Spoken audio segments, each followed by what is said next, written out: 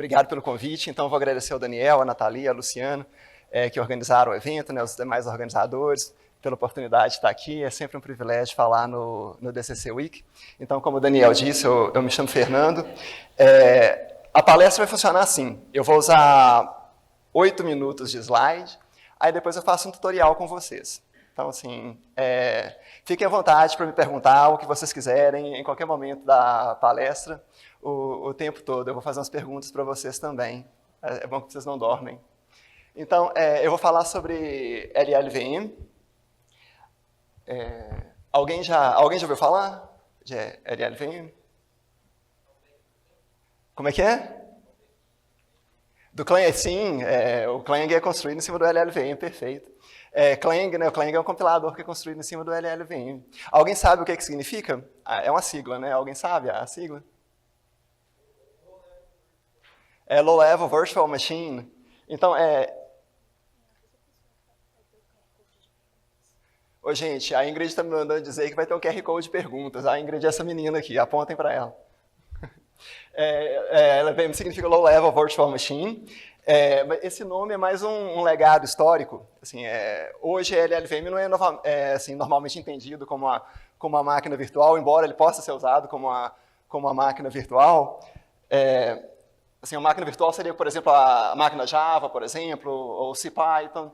Então, o LLVM hoje ele é mais uma infraestrutura para implementar linguagens de programação. Então, a gente consegue fazer várias linguagens de programação diferentes com o LLVM. E algumas linguagens hoje, bastante conhecidas, por exemplo, elas só funcionam com LLVM.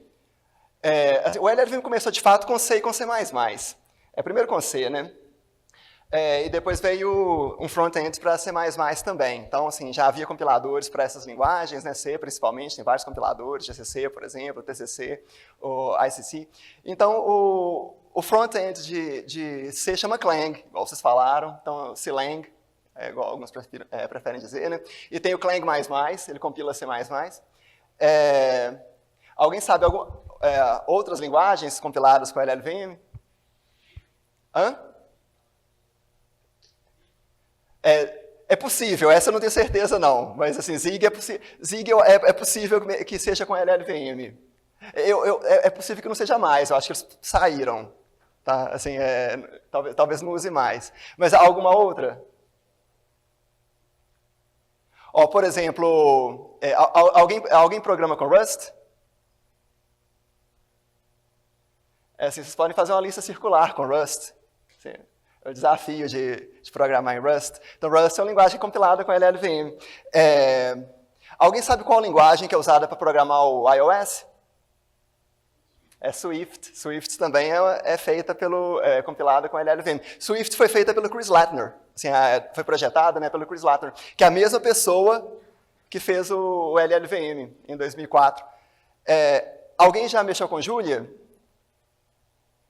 Julia é uma linguagem interessantíssima. Vocês já ouviram falar do The Benchmark Game?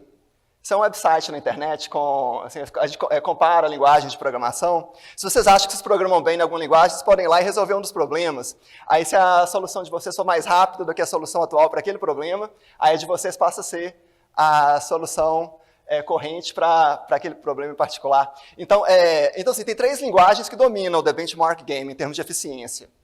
Seriam quais? C, C++ e Rust. Assim, não tem jeito de ganhar delas, não. Mas a 4ª linguagem é Julia, consistentemente. Fica na frente de Fortran, por exemplo, que é uma linguagem compilada. E Julia é uma linguagem que não é exatamente compilada. Ela é interpretada até certo ponto, depois compilada com LLVM. Então, assim, é uma linguagem super eficiente, então é feita com LLVM também. Se der tempo, eu mostro para vocês como é que a gente escreve alguns programas nessas linguagens. Então, a gente tem Julia, Rust, Swift. Então, como eu disse, o LLVM foi feito pelo Chris Lattner. É uma ferramenta acadêmica. Assim, hoje, ela, claro, saiu da academia, ela é super usada na indústria. Então, assim, há vários empregos super interessantes com LLVM. Mas ela começou como uma ferramenta acadêmica. O Chris Lattner era estudante na Universidade de Illinois. O orientador dele era o Vikram. Então, eles trabalharam juntos, construíram a primeira versão do LLVM. Cresceu, é claro, né, muito além do que o Chris Lattner pensou. Assim, hoje ele ainda é o principal committer, né, no LLVM, mas a comunidade do LLVM hoje é gigante, tem conferências no mundo inteiro. Tem o Euro-LLVM, que acontece na Europa. Aconteceu uma conferência na Índia sobre LLVM esse ano, então assim, é uma ferramenta super grande. O artigo do LLVM deve ser um dos artigos mais citados em linguagens de programação, embora ele não seja assim, tão antigo, né? Ele já vai ter, assim, sei lá, entre 7.000 e 8.000 citações, então, para linguagem de programação isso é muito, então, assim, foi uma ferramenta muito importante na história das linguagens de programação. Mas, então, deixa eu falar rapidamente o que é uma infraestrutura para desenvolvimento de linguagens de programação. Alguém já viu esse livro, Crafting Interpreters? Tem gente que vai ler o livro da montanha, igual tem o livro do dragão, né, do Eiho, do Uma, etc. O Crafting Interpreters é o livro da montanha. Então, assim, eu não vou falar do Crafting Interpreters, não, mas eu quero a capa do livro. A capa do livro é interessante, é essa figura aqui. Então, ela dá uma visão muito bacana do que é o ecossistema de várias linguagens de programação diferentes. Virtualmente, qualquer linguagem de programação vai percorrer essa estradinha aqui, vai chegar num desses lugares aqui, para que a gente consiga ver o Hello World aparecendo no prompt do terminal. Então, e o LLVM é tudo isso. Então, assim, é o conjunto das bolinhas e as arestas, as estradas que ligam as bolinhas. Então, normalmente um compilador vai ter 3 partes.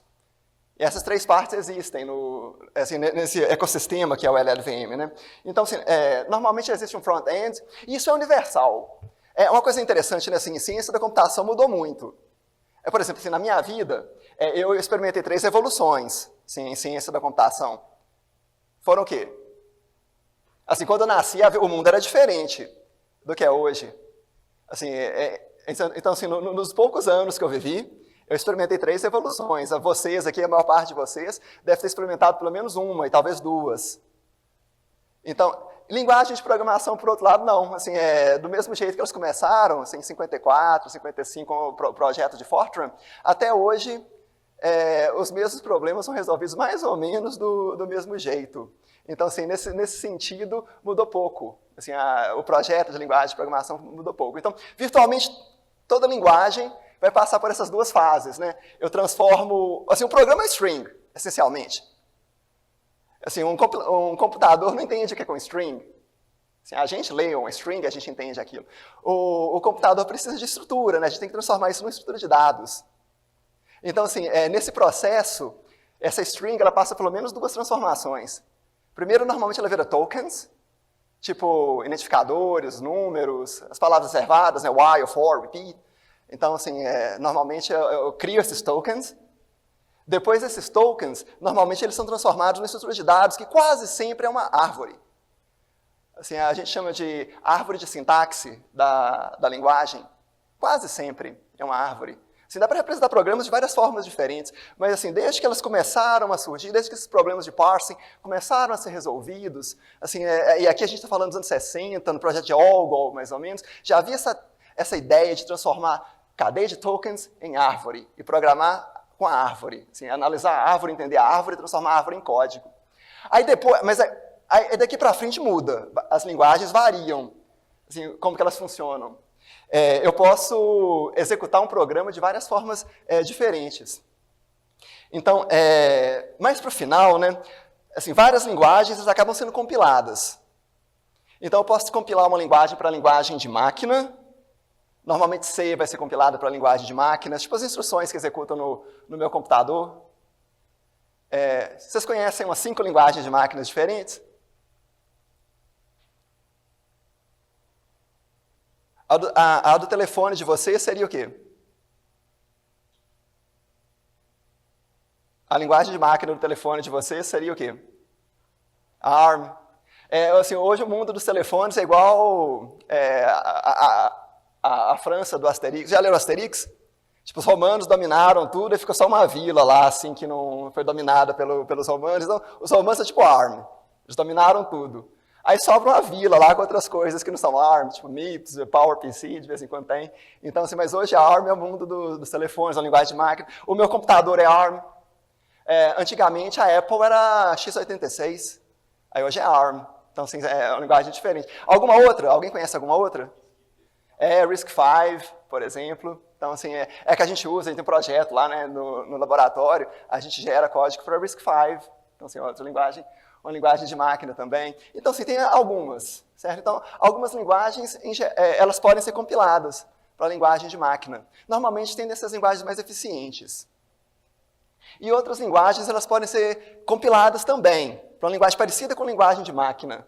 Mas não que ela executa numa máquina de verdade, tipo uma CPU feita com arames, assim, mas numa máquina virtual. Assim, a máquina virtual hoje, que talvez seja mais famosa, assim, é possível que seja a JVM, a máquina virtual Java. Assim, Java é uma linguagem interessantíssima. Assim, é uma linguagem de 95. Assim, 95 é o ano das linguagens de programação, vocês sabiam? Mas várias das linguagens importantes que a gente usa hoje surgiram em 95. Vocês citam 5? Ó, não, Python é antes. Hã? Ó, Java é de 95. Ó, vou ajudar vocês.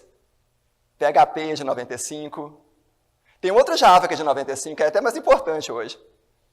É o JavaScript é de 95. Ruby é de 95. Essa linguagem que a gente gosta de chamar de Delphi, sabe, Delphi, em inglês, Object Pascal, ela é de 95. Então, assim, foi uma linguagem, 95 foi um ano importante para a linguagem de programação. E surgiu Java, com a máquina virtual Java. Então, assim, a máquina virtual Java, ela é muito interessante nesse sentido. Assim, ela popularizou isso que a gente conhece de máquinas virtuais, executando em todos os computadores do mundo. Então, hoje, programas Java são transformados em instruções de máquina, mas de máquina virtual. Aí no meio, entre o front-end e o back-end, a gente tem o que a gente chama de middle-end. Assim, é onde os compiladores, os analisadores, eles descobrem bugs nos programas, melhoram os programas. Então, assim, hoje GCC ou Clang, por exemplo, são muito bons para melhorar um programa. Assim, é difícil um programador escrever código melhor que o código que o Clang vai gerar hoje. Isso não é impossível, não, mas é difícil. Então, assim, eles têm várias fases de otimização.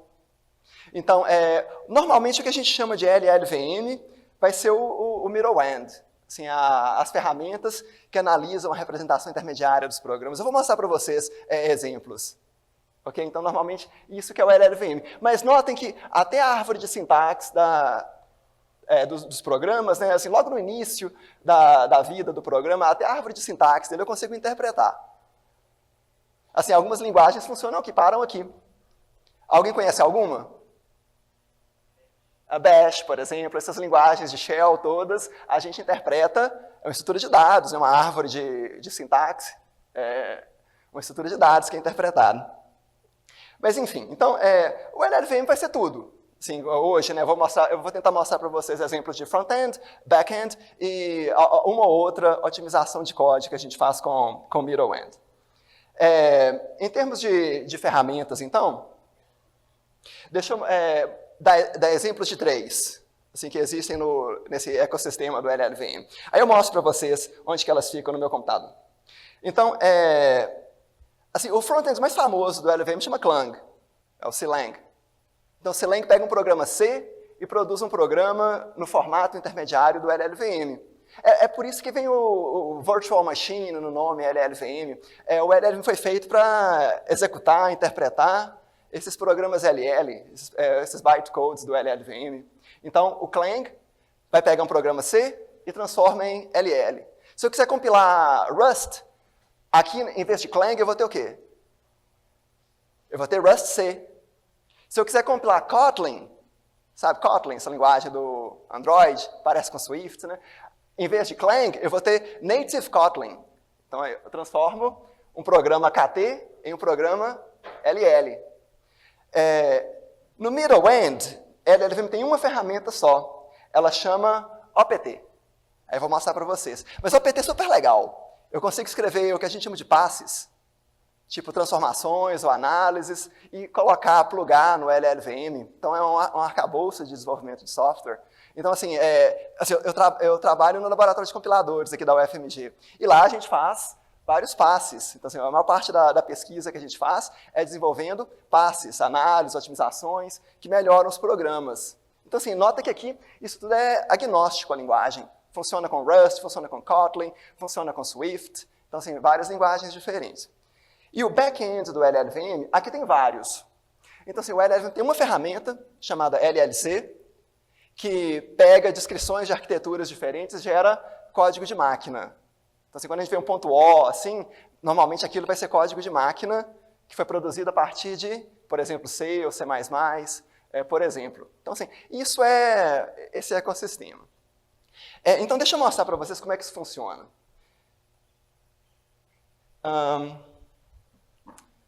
Gente, alô? Eu vou desligar esse aqui primeiro, então. Não desliguei não. Obrigado, hein, gente. Ó, Alô? Ó, gente, então, eu disse que o LLVM eram ferramentas, né? Deixa eu mostrar para vocês aqui. Deixa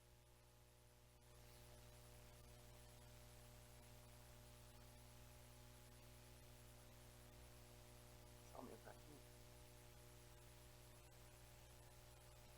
Ó,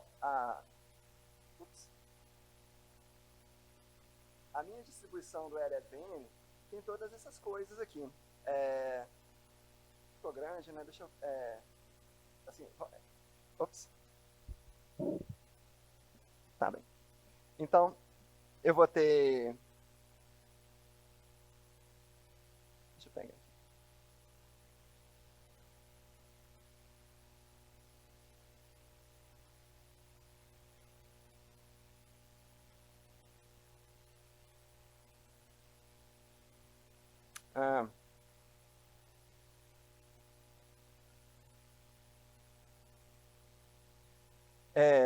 Eu vou ter... aqui são as bibliotecas do LLVM. Deixa eu mostrar aos poucos como é que elas vão funcionando. Aí eu acho que isso vai ficando mais claro.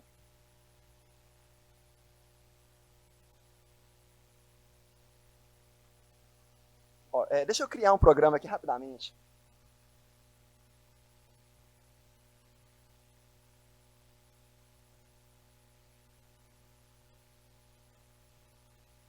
Ó, então a gente tem um programa.c aqui. Se eu quiser compilá-lo, por exemplo, eu posso usar Clang. Eu vou escrever uns comandos grandes, mas só para vocês verem o que está acontecendo. Normalmente, a gente compilaria esse programa assim, ó, Clang test.c. Mas nota que Clang é um driver, ele chama várias ferramentas. Então, se eu quiser ver todas essas ferramentas que são chamadas, eu posso ver, por exemplo, né? O GCC também, se vocês usarem o GCC, ele também vai chamar um punhado de coisas. Então, o meu driver, por exemplo, ele chama duas ferramentas.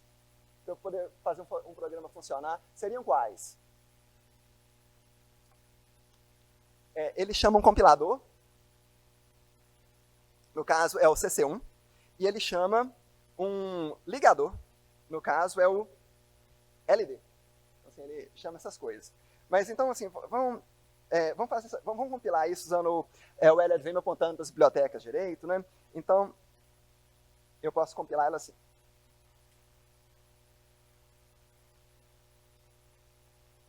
Ó, eu tenho que indicar onde que eu encontro o printf, por exemplo, as coisas para esse programa funcionar.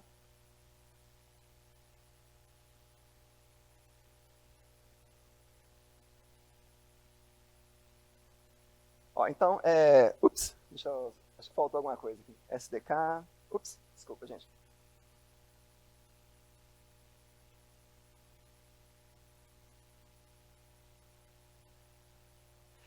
E agora eu posso executar o programa. Então, assim, a gente tem o resultado dele aqui. Okay? Então, isso aqui é onde ficam as bibliotecas do meu computador, os binários, para o programa poder funcionar. Assim, os cabeçalhos dele, por exemplo. Né? Então, eu indico essas coisas aqui. Vamos pegar um programa mais interessante aqui. Deixa eu mostrar algumas análises que a gente consegue fazer com infraestrutura de compilação. Então, deixa eu transformar esse programa em bytecodes.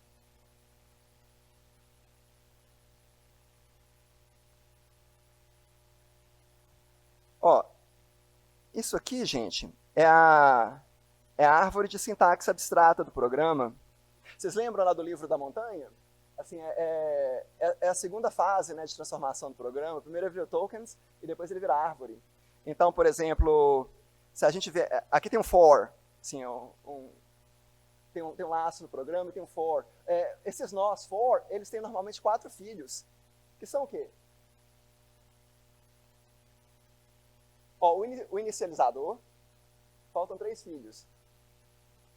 Tem um teste, para ver se o loop parou ou não. Mas o quê? Tem um último código que normalmente a gente usa para incrementar. Vocês podem fazer outras coisas, viu? Dá para incrementar. E falta uma parte no for, que é o quê? Tem o corpo do for, né? Tem que fazer alguma coisa. Então, 3 filhos. Isso aqui é uma árvore de sintaxe abstrata. A gente pode fazer coisas em cima dessa árvore. Por exemplo, se vocês quiserem ver se os programas em C, se as variáveis estão sendo usadas com os tipos corretos, isso é feito nesse nível. Se vocês quiserem, por exemplo, encontrar vulnerabilidade, tipo buffer overrun, né? Assim, será que eu consigo explorar um arranjo? Normalmente isso é feito em cima da árvore para C, né? Em cima da árvore também. Então, assim, a gente consegue fazer algumas transformações. Quando vocês identam o programa, sabe, vocês usam VS Code lá, e vai lá e identa o programa direitinho, colore de verde, o for. Isso é feito em cima da árvore de sintaxe do programa, é tudo feito em cima da árvore de sintaxe. Mas, assim, é suficiente com a árvore de sintaxe. O compilador, na verdade, ele vê o programa diferente. Ele vê assim, ó.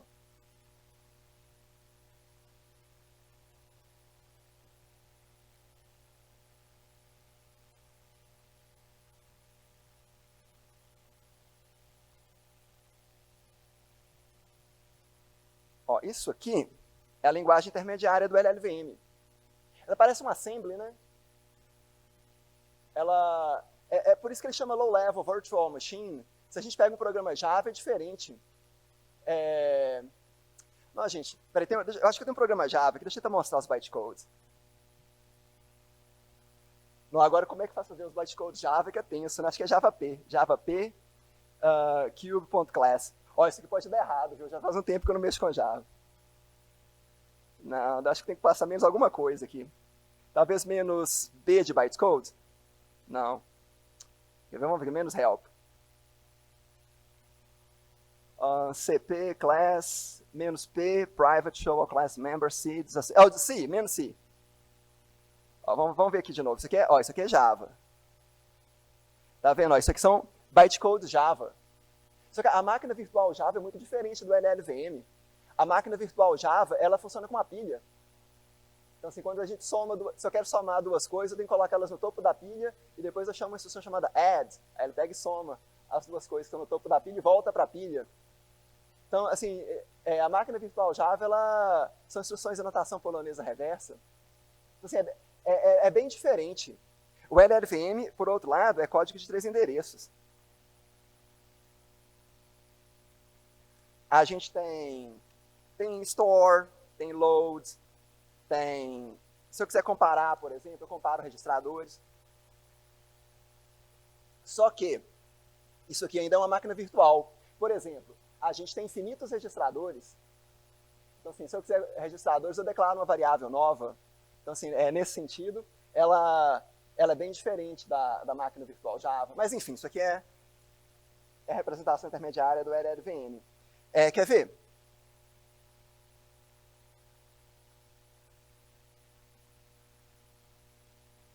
Dot menos tpdf.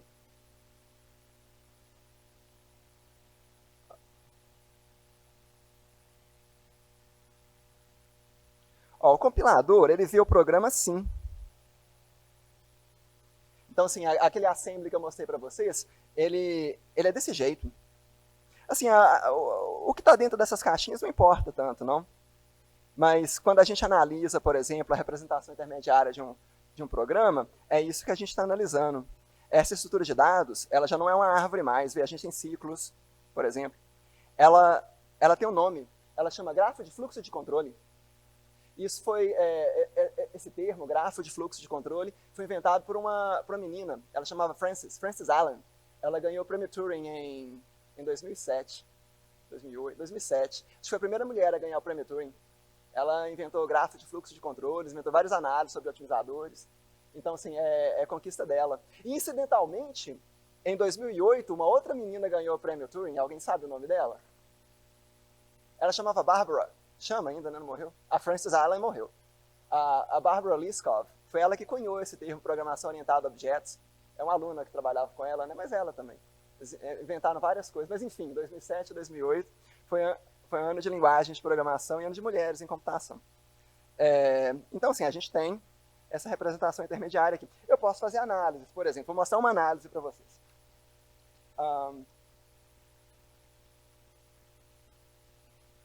Ups.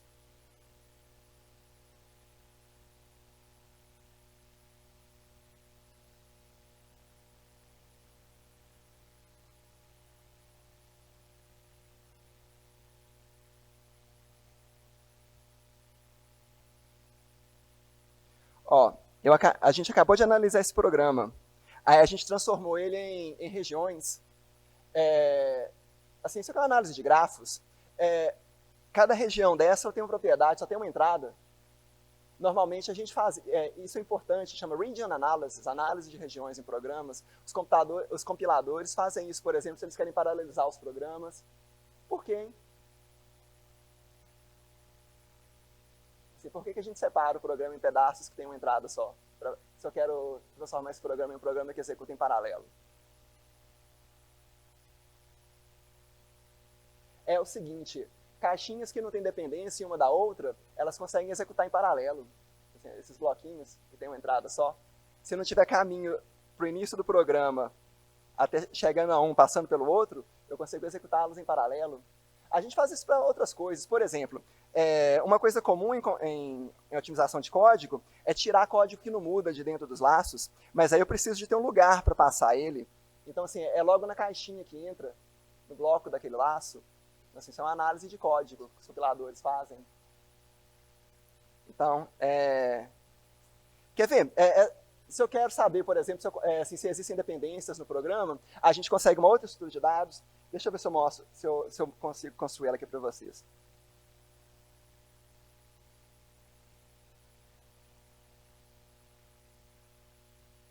Documents, TPF.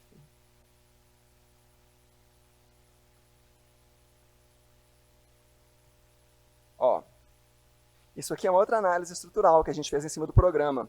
Agora a gente transformou ele numa árvore. Isso chama árvore de dominância.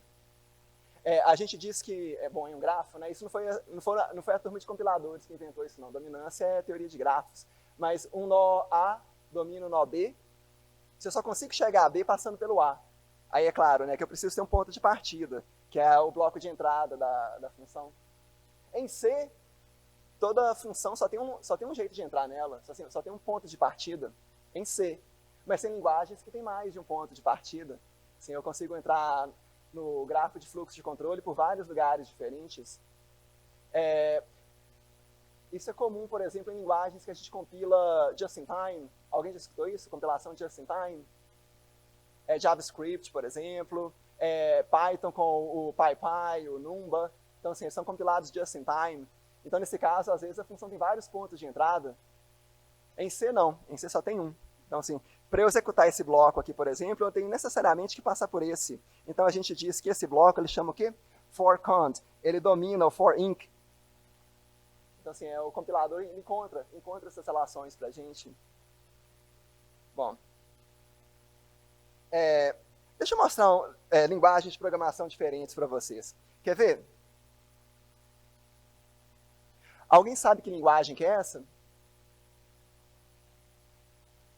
Essa é Rust. Vocês gostam de Rust? Alguém já programou em Rust? Quando o Rust apareceu, eu decidi aprender, né? Tava todo mundo falando sobre isso. Aí eu resolvi fazer minha mãe joga Sudoku. Aí eu fui fazer um resolvedor de Sudoku para ela. Eu não sabia que era difícil, não. Aí eu fiz ele resolvia alguns casos. Mas assim, minha mãe resolvia o Sudoku melhor que o programa que eu fiz em Rust. Ele tinha quase 300 linhas de código. Assim, dava sempre para colocar mais heurística. Depois eu fui aprender que saber se o Sudoku é resolvível ou não pode ser um problema NP completo. Assim, eu achava que era fácil. Eu tinha colocado umas poucas heurísticas lá. Mas então eu fiz em Rust. Eu descobri que fazer um grafo em Rust é tenso. Assim, não dá para pegar dois ponteiros mesmo nó, não. Então, assim, a gente tem que fazer de formas diferentes. Então, assim, isso é Rust. Mas tem quem gosta, né? Mas, enfim, isso aqui é um programa em Rust. Deixa eu compilar para vocês usando o LLVM.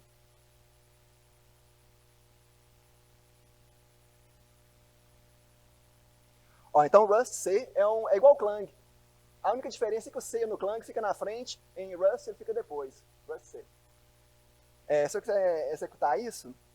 Ups. Hã? Crust seria um bom nome. Assim, eu acho que não quiseram pegar o nome. Assim, deveria ser Crust. Mas, enfim. Vamos ver isso aqui. Aliás, deixa eu gerar o intermediário dele. Ups.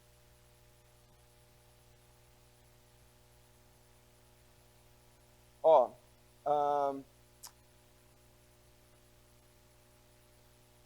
Ó, esse aqui é o nosso programa em Rust. Ele fica grandão, né?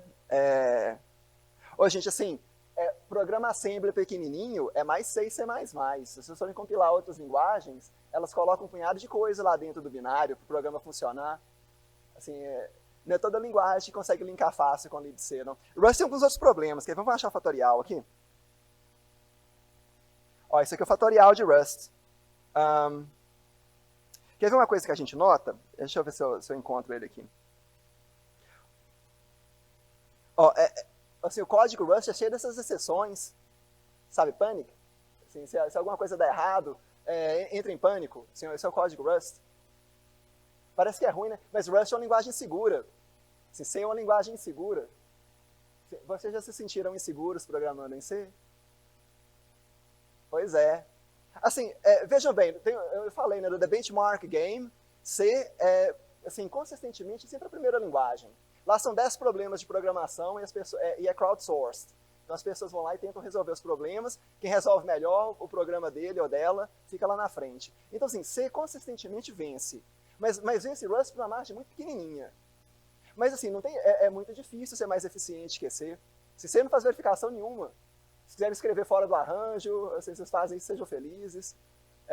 Faz coerção, não tem... Assim, o código assembly, você não tem nenhum if-then else escondido, quase. Não tem nada, né? Se for dividir por zero, vai ser a arquitetura que vai dar erro. Se ler memória que não pode, é o SO que dá erro. O programa C não faz nada disso. Rust, não. A gente não consegue ler memória fora do limite alocado. Assim, se for tentar dividir por zero, a exceção é da linguagem. Então, assim, a linguagem é cheia dos if-then elses. Assim, coisas que você não tem. Então, assim, o fato de Rust chegar pertinho de C é testemunho da engenhosidade dos programadores da Mozilla. Assim, Mas, enfim, então, isso é Rust. Outra linguagem. Deixa eu tomar um copo d'água antes.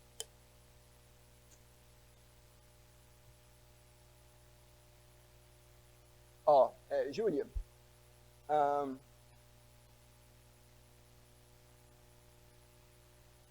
Ups.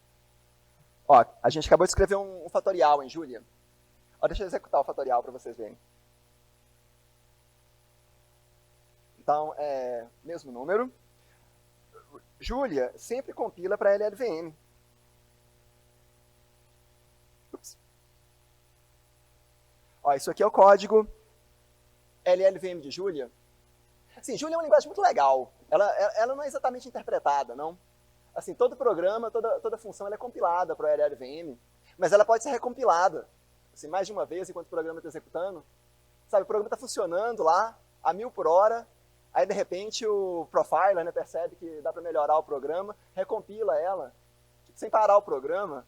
Assim, esse negócio é super legal. Julia também é uma linguagem assim, muito bacana nesse sentido. Assim, consistentemente é número 4 lá no The Benchmark Game. Mas, assim, mas Julia inclui o tempo de compilação. Assim, para C não. Assim, o programa C já está compilado. Então, assim, Julia é uma linguagem muito bacana nesse sentido. Quer ver uma outra, última? Ups.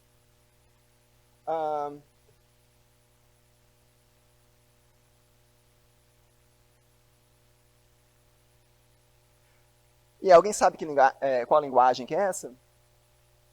Hã? Essa é Kotlin. Então, alguém já programou em Kotlin? Kotlin é legal, né, gente? Assim, Kotlin é tipo Java hoje, se Java tivesse sido feita hoje, assim, mais recentemente. Java é super verboso, né? Static, void, main, etc. Você pode fazer qualquer coisa. Kotlin não. Assim, print hello. Aí sai um hello world lá. Então, assim, é Kotlin, a linguagem do iOS. Esquece o iOS. Do Android. Assim, a linguagem do Android. Mas, assim, eu consigo compilar programas Kotlin para código binário. assim, desse computador, por exemplo. Deixa eu mostrar para vocês. Mas assim, compilar Kotlin não é sempre que dá certo, não. A linguagem não foi feita para isso, não.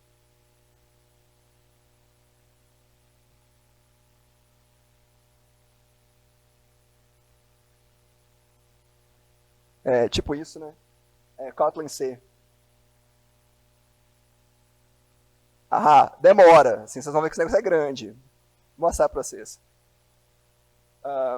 Mas enfim. Assim, esse programa, ele fica grandão. Ele é linkado estaticamente. Sabe assim, C, por exemplo, ele pega o printf que está residente lá em memória, na biblioteca compartilhada. Kotlin não, pega as instruções e coloca junto lá do binário. Ele fica mega gigante. Mas a gente consegue encontrar o fatorial dentro do binário, que eu vou tentar mostrar para vocês.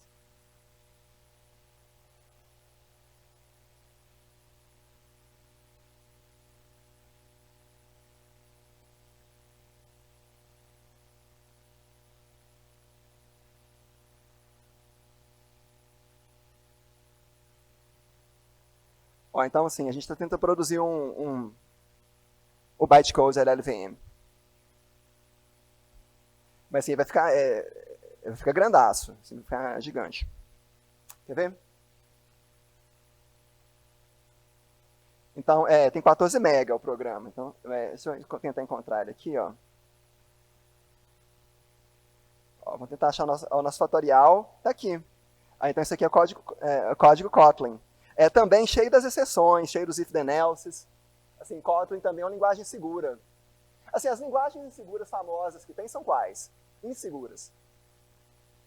C e C++. Então, assim, mas tem outras.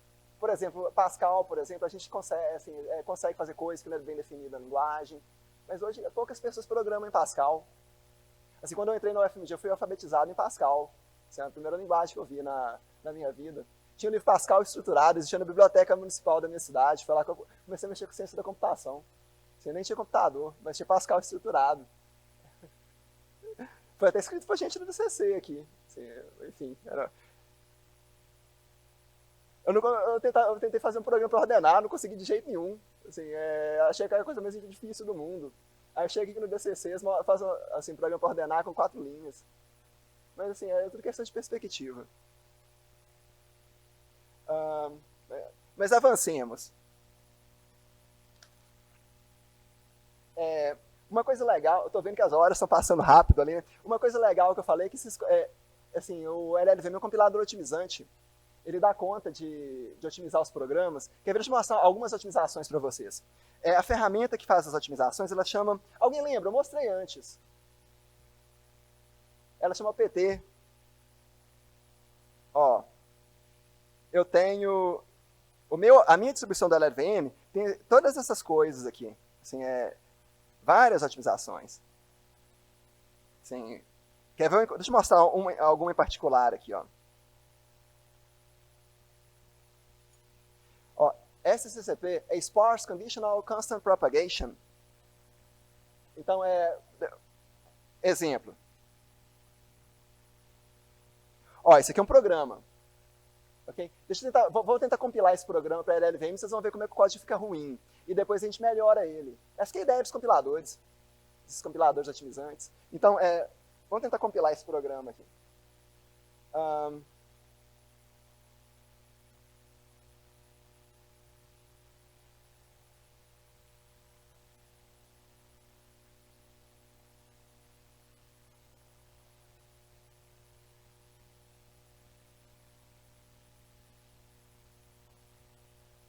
Ou não, né? Aqui, gente, vocês podiam ajudar um pouco, né? Assim, virando pra cá, assim, então, esse aqui é o nosso programa.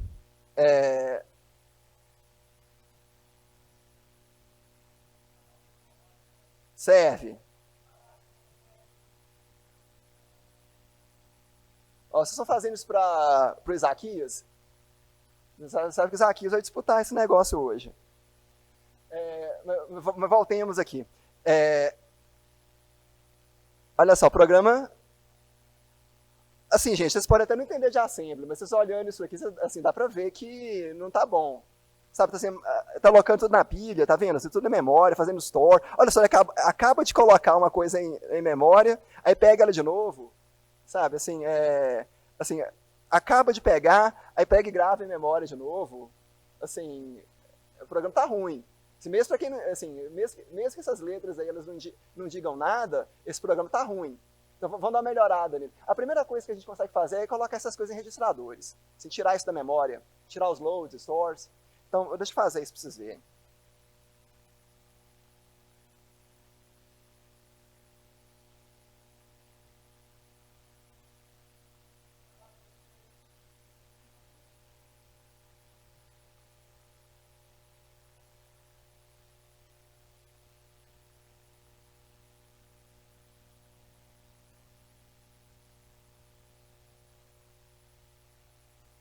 Aliás, vamos fazer o seguinte, aqui estão os dois programas, tá?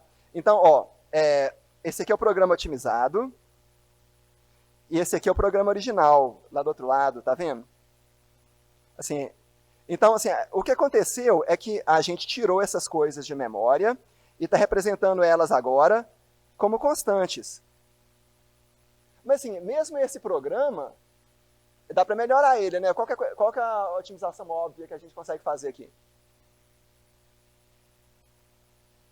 Não, vejam, gente, 17 mais 25 dá quanto? É a resposta, né, da vida, universo e tudo mais. Então, assim, essa conta a gente faz em tempo de compilação. Então, assim, se eu quiser fazer essa conta em tempo de compilação, eu posso. Exemplo.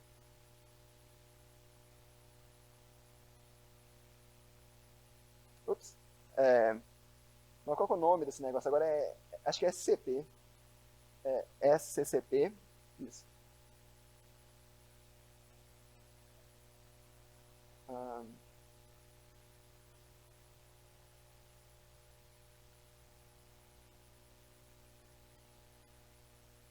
Não, gente, tomara que isso aqui funcione. Senão, assim, vamos lá. Ou não, né? Deixa eu gerar um assembly aqui, peraí.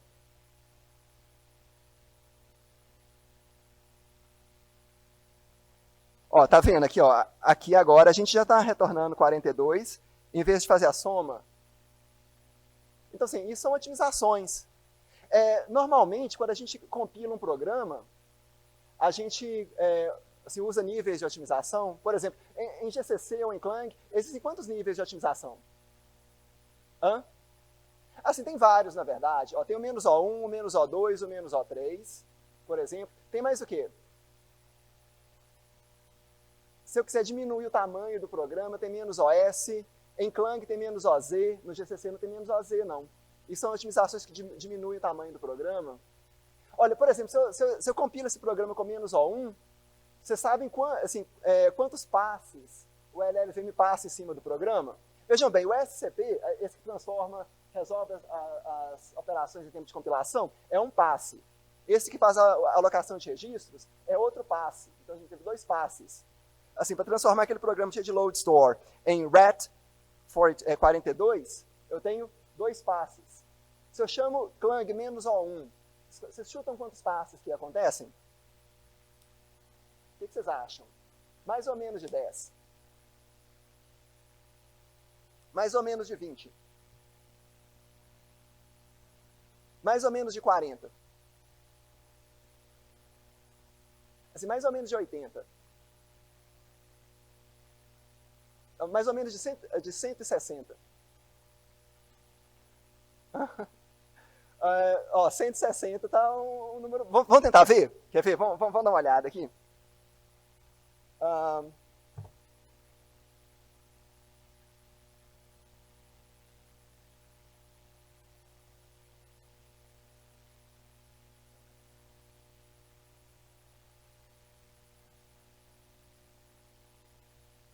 Ups. Menos debug pass. Menos debug pass igual a arguments. Pera aí, gente. Faltou uma coisa aqui. Ó, gente, ele passa todos esses passos aqui, ó. Vamos ver aqui. Menos TTY. Isso aqui são todas essas coisas são otimizações diferentes. Quer ver? Vamos contar aqui quantos que tem? Assim, a gente pode ir contando os traços, né? Mas dá para fazer melhor. Quer ver? Vamos fazer Python 3, x igual a... Aí depois x.count. Ó, 179 passes. Eu estava perto dos 160. Assim, isso no nível menos O1. No menos O2 vai ter mais algumas otimizações. No menos O3 vai ter mais algumas outras. Mas vejam, essas otimizações, elas chamam de otimizações, mas elas podem piorar o programa também. Assim, essas coisas são muito heurísticas. Assim, até hoje, essas otimizações, elas são bastante heurísticas. Então, assim, algumas fazem o código crescer muito. Alguém sabe alguma? Ó, a Ingrid está me assustando aqui, me defendam. Não, sim, 4 minutos. Ô, gente, vocês já viram Romeu e Julieta? Horas felizes passam rápido, né? Vamos lá. Quer ver outras coisas legais? Deixa eu mostrar uns back-ends aqui, aí depois eu mostro a representação intermediária, se der tempo. Ó, no meu computador, eu tenho esses back-ends aqui, ó. Qualquer uma dessas arquiteturas aqui é uma arquitetura de máquina. Já ouviram falar do Hexagon? É a arquitetura dos DSPs da Qualcomm. Então, ou, por exemplo, alguma que vocês conhecem. Ó, RISC-V, com 32 bits, com 64. MIPS, que normalmente a gente às vezes usa, né, em trabalho de compiladores, se faça gerador de código para MIPS. Quer ver? Deixa eu mostrar algum programa para vocês aqui. Então, WebAssembly. Já ouviram falar de WebAssembly? Vocês sabiam que o cara que inventou o WebAssembly fazia doutorado junto comigo? Ele era chato que doía. Não, assim, ele chama Benjamin Titzer. Ele era super inteligente, super bonito. Assim, o que é muito desagradável de ter alguém desse tipo trabalhando com você. Eu lembro que eu fazia doutorado, eu mandei a foto dos meus colegas de doutorado para minha prima. Aí a única coisa que ela soube falar era: nossa, que cara bonito que trabalha com você. Pois é, o Benjamin Titzer. Então ele fez o WebAssembly, assim, com a ajuda de outras pessoas, mas ele trabalhava nisso. Quer ver?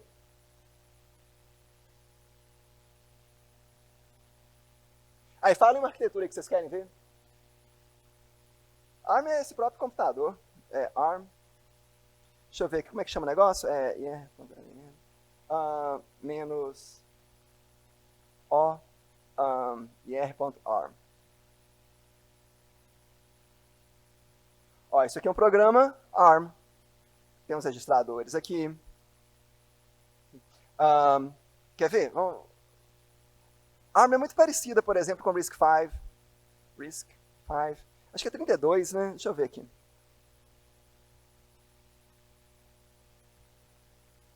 Ó, isso aqui é RISC-V. Então eu tenho load, eu tenho store, eu tenho registradores, RA, por exemplo. Quer ver uma diferente? Uma bem diferente?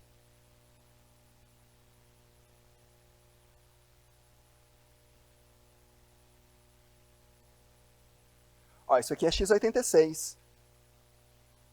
x86 já é diferente, assim, ARM, MIPS, RISC-V, essas coisas são muito parecidas. A x86 não. Aqui eu tenho instrução de 1 byte só, eu tenho instrução de 16 bytes, tenho instrução com todas as coisas em between. Então, assim, é uma arquitetura bem diferente nesse sentido. Então, uma última coisa, que eu estou vendo que o tempo está passando aqui, o que é um passe do LLVM? Né? Assim, como é que a gente escreve um passe do LLVM? Go LLVM. Ó, esses aqui são passes que eu escrevi. Por exemplo, um passe para ler o histograma. Obter o histograma dos programas. Vocês estão tentando plagiar, assim, se alguém, né, tentar plagiar no Moodle, sabe como é que o Moodle detecta plágio? Assim, faz análise estatística no programa. Um jeito de detectar plágio é pegar o histograma das instruções assembly do programa, para ver se está parecido. Se é distante, imagina que cada histograma é um vetor, assim, um vetor com 66 posições. Aí 2 vetores que estão pertinho, eles indicam que o programa é bem capaz de ser o mesmo. Aí, assim, se vocês tentarem renomear as variáveis, não vai dar certo. Assim, é o mesmo histograma. Se tenta trocar as instruções de lugar, não vai dar certo. Vocês querem ver como é que é fácil de plagiar um programa? Enganar o Moodle? Coloca um if true em volta de todo o comando. Ou um while de 0 até 1 em volta de todo o comando do programa. Aí vocês vão ferrar o detector de plágio. Aqui, mas se vocês conseguem fazer isso, por que vocês simplesmente não resolvem o trabalho prático de toda forma? Ó, mas quer ver? Ó, isso aqui é um passe do LLVM. Todo passe do LLVM tem dois métodos que são importantes. Ups, acabou. Todo passe do LLVM tem dois métodos que são importantes. É um chamado run-on function, que é o que o LLVM chama para o programa funcionar. Deixa eu mostrar a implementação dele rapidamente aqui. Ó, isso aqui é o meu run-on function. Então, eu consigo iterar, por exemplo, pelas instruções do programa. E eu programo em C++. O LLVM é feito em C++. Ô, gente, essas eram as poucas inverdades que eu tinha para falar para vocês. Vocês têm perguntas? Bom dia, professor. Agradeço aí pela palestra aí. Pensando nos recursos essenciais aí do planeta, aí, como é que você vê a computação adiabática influenciar na construção dos compiladores? Você tem alguma linha de pesquisa nesse sentido ou não?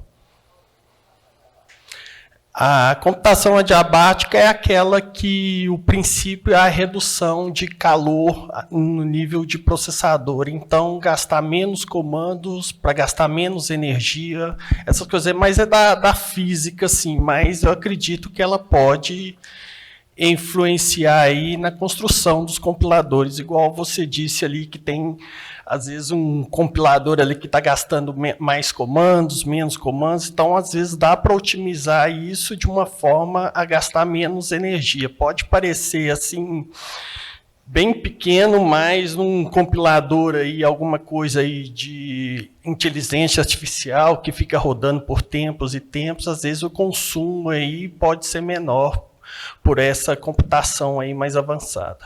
Não, excelente pergunta. Tem muita pesquisa para reduzir o consumo de energia. Assim, tem vários tipos de pesquisas diferentes, assim, nesse sentido. Agora, assim, o compilador otimizante ele é muito bom para tornar o programa mais econômico. Assim, hoje, um Clang -O3, por exemplo, vai aumentar o tempo de execução do programa assim, de 2 a 3 vezes.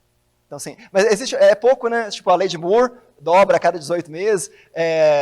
Em termos de compiladores, assim, a gente dobra o tempo de execução dos programas a cada 20 anos, mais ou menos. Assim, imaginando que o primeiro compilador surgiu nos anos 50, né, até hoje, então assim, a gente consegue dobrar deixar o programa 3 vezes mais rápido.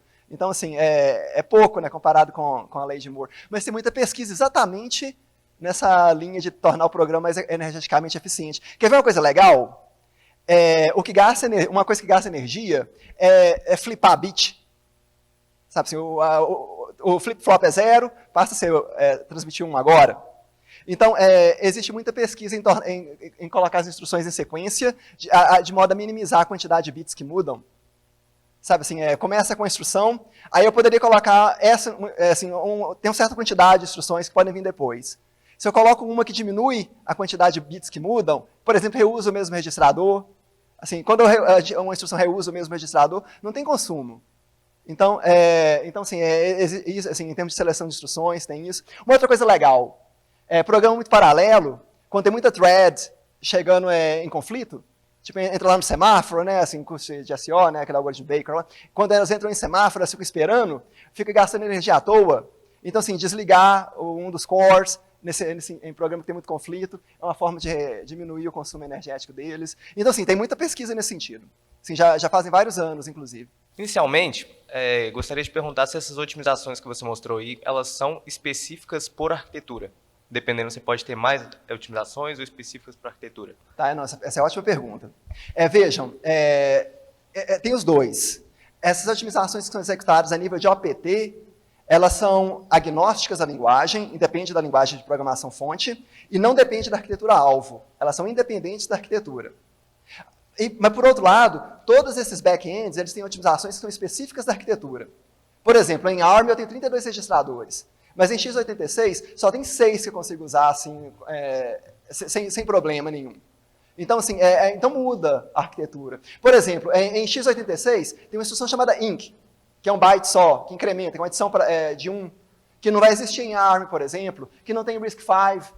Em RISC-V não tem nem jump incondicional. Todo jump é com um registrador, jump and link. Então, assim, isso muda muito, então. Então, assim, há otimizações que são específicas de arquiteturas. Obrigado. A outra coisa... Pode falar?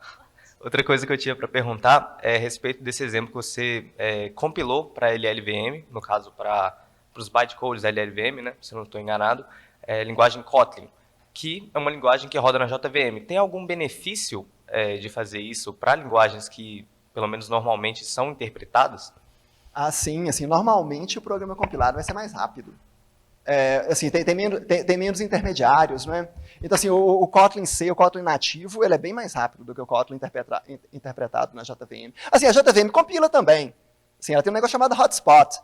Então, assim, o hotspot é um compilador de just-in-time da JVM. Se o programa é quente, ele vai lá e transforma aquele programa em binário. Então, assim, a JVM, ela faz isso também. Só que ela tem que pagar o custo de interpretar o programa algumas vezes em bytecodes. Então, assim, Kotlin C não, assim, gera o código binário lá que vai executar direto. Ele tende a ser bem mais rápido, então, nesse sentido.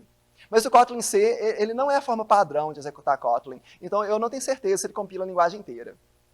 Minha pergunta é bem relacionada à primeira que foi feita de computação adiabática.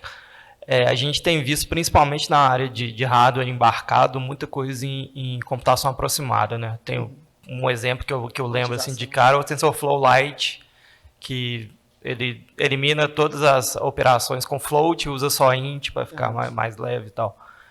Você conhece alguma desotimização, vamos dizer assim, que você está trocando precisão por outros parâmetros incorporado em alguma dessas ferramentas também?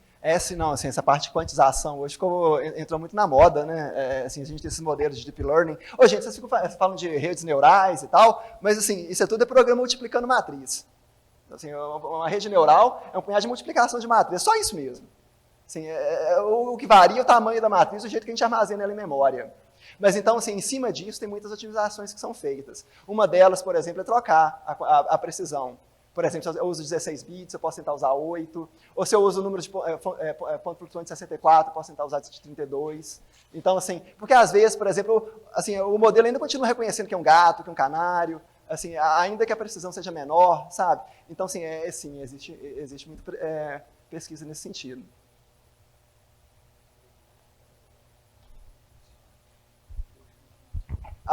Eu acho que tem uma última ali, ou não, não sei. Hã? Então tá, acabou, mas eu tô por aí.